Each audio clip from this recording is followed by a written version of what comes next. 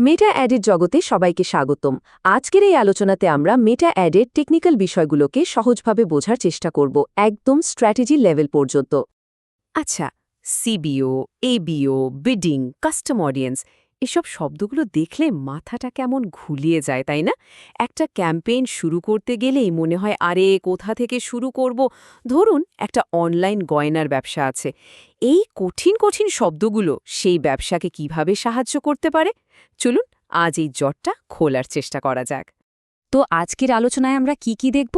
প্রথমে বুঝব ক্যাম্পেইনের একেবারে বেসিক কিছু জিনিস, তারপর দেখব কিভাবে কেপিআই ঠিক করতে হয়, বাজেট কন্ট্রোল করার উপায় কি, স্মার্ট বিডিং স্ট্র্যাটেজিগুলো কি আর অবশ্যই কিভাবে নিজের কাস্টম অডিয়েন্স তৈরি করা যায়। আর সবশেষে এই সব সেটিংস মিলিয়ে একটা সলিড স্ট্র্যাটেজি কিভাবে দাঁড় করানো যায় সেটাও দেখব। তো চলুন শুরু করা যাক। যে কোনো ক্যাম্পেইনের পারফরম্যান্স বোঝার আগে আমাদের বিজ্ঞাপনের ভাষাটা একটু শিখে নিতে হবে। মানে কিছু কমন টার্মস আছে যেগুলো না জানলেই নয়। দেখুন, এই তিনটা হলো একদম বেসিক।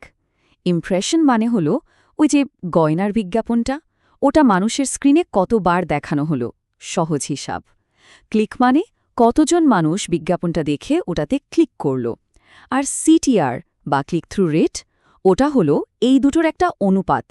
সোজা কথায় বিজ্ঞাপনটা কতটা আকর্ষণীয় সেটার একটা মার্কশিট বলতে পারেন। আচ্ছা, মেট্রিক তো বুঝলাম, এখন আসি কেপিআইতে।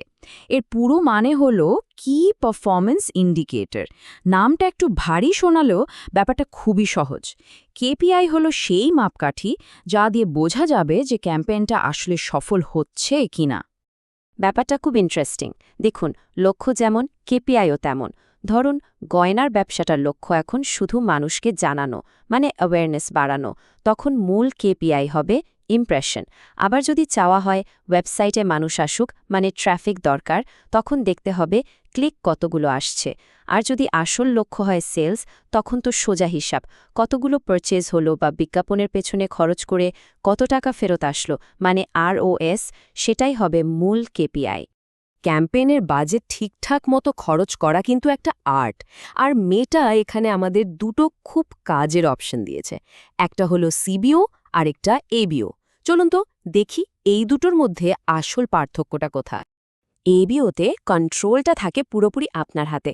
ধরুন দুটো নতুন ডিজাইনের কানের দুল এনেছেন আর দেখতে চান কোনটা বেশি চলছে।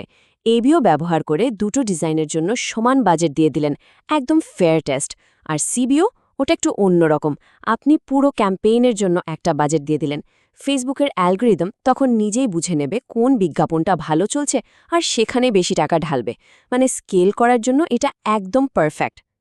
আচ্ছা, এবার আসি বিডিং স্ট্র্যাটেজিতে। এটা আসলে কি? সহজ কথায় এটা হলো ফেসবুককে বলে দেওয়া যে ভাই, আমার এই বাজেটটা খরচ করে তুমি ঠিক কী ফলাফল এনে দেবে।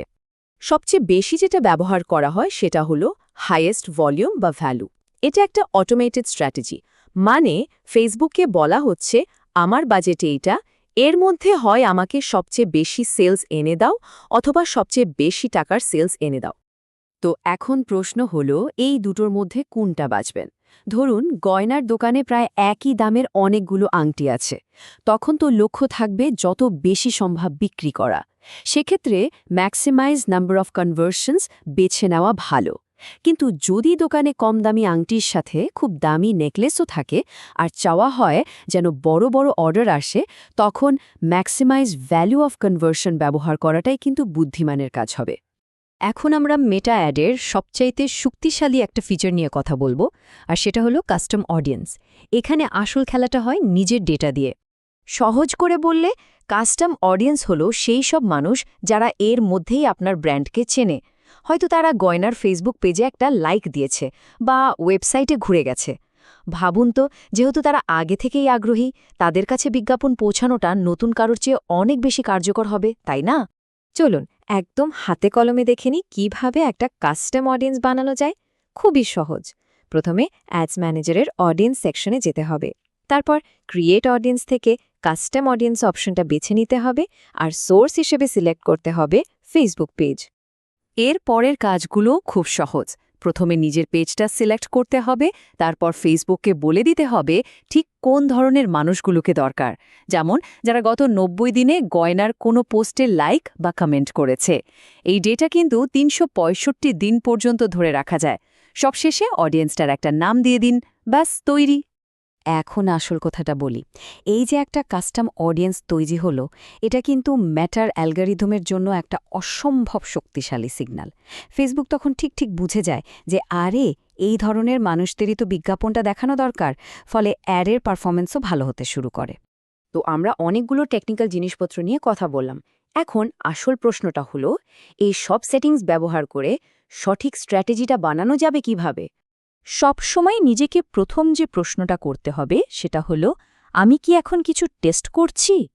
যেমন হতে পারে একটা নতুন নেকলেসের ডিজাইন বাজারে কেমন চলে সেটা পরীক্ষা করে দেখতে চাওয়া হচ্ছে। যদি উত্তর হ্যাঁ হয়, তাহলে চোখ বন্ধ করে এবিও ব্যবহার করুন, কারণ এখানে প্রত্যেকটা অ্যাডসেটের বাজেট আলাদাভাবে কন্ট্রোল করা যায়। ফলে কোনটা ভালো কাজ করছে আর কোনটা করছে না সেটা পরিষ্কার বোঝা যায়। আচ্ছা, টেস্টিং পর্ব শেষ। এবার ধরুন সেরা বিজ্ঞাপনটা খুঁজে পাওয়া গেছে। যেমন একটা নির্দিষ্ট ডিজাইনের কানের দুল খুব ভালো বিক্রি হচ্ছে। তখন লক্ষ্য কি হবে? অবশ্যই এটাকে আরও বড় পরিসরে, আরও বেশি মানুষের কাছে নিয়ে যাওয়া, তাই না? আর এই স্কেলিংয়ের জন্য সেরা অস্ত্র হল সিবিও। এখানে ফেসবুক নিজে থেকেই ওই সফল বিজ্ঞাপনটাতে বাজেট বাড়িয়ে দেবে আর কম সময়ে সবচেয়ে ভালো ফলাফলটা এনে দেবে। এখানে একটা খুব দরকারি টিপস মনে রাখা ভালো। একটা কাস্টম অডিয়েন্সকে সত্যিই কার্যকর করতে হলে, বিশেষ করে যখন এর ওপর ভিত্তি করে নতুন অডিয়েন্স মানে লুকলাইক অডিয়েন্স তৈরি করার প্ল্যান থাকে, তখন চেষ্টা করতে হবে যেন এতে কমপক্ষে 1000 জনের ডেটা থাকে। তাহলে পুরো আলোচনা থেকে মূল কথাটা কি দাঁড়ালো? মেটা অ্যাডে সফল হতে গেলে শুধু কোন বাটনে কি কাজ হয় সেটা জানলেই হবে না। আসল শক্তিটা লুকিয়ে আছে ডেটার মধ্যে, আর সেই ডেটা ব্যবহার করে একটা সঠিক স্ট্র্যাটেজি তৈরি করার ক্ষমতার মধ্যেই। তাই শেষ পর্যন্ত সবচেয়ে জরুরি প্রশ্ন কিন্তু একটাই, অডিয়েন্স তাদের কাজকর্মের মাধ্যমে, তাদের পছন্দ অপছন্দের মাধ্যমে সবসময় কিছু না কিছু বলছে। সেই ডেটার ভাষাটা কি মন দিয়ে শোনা হচ্ছে?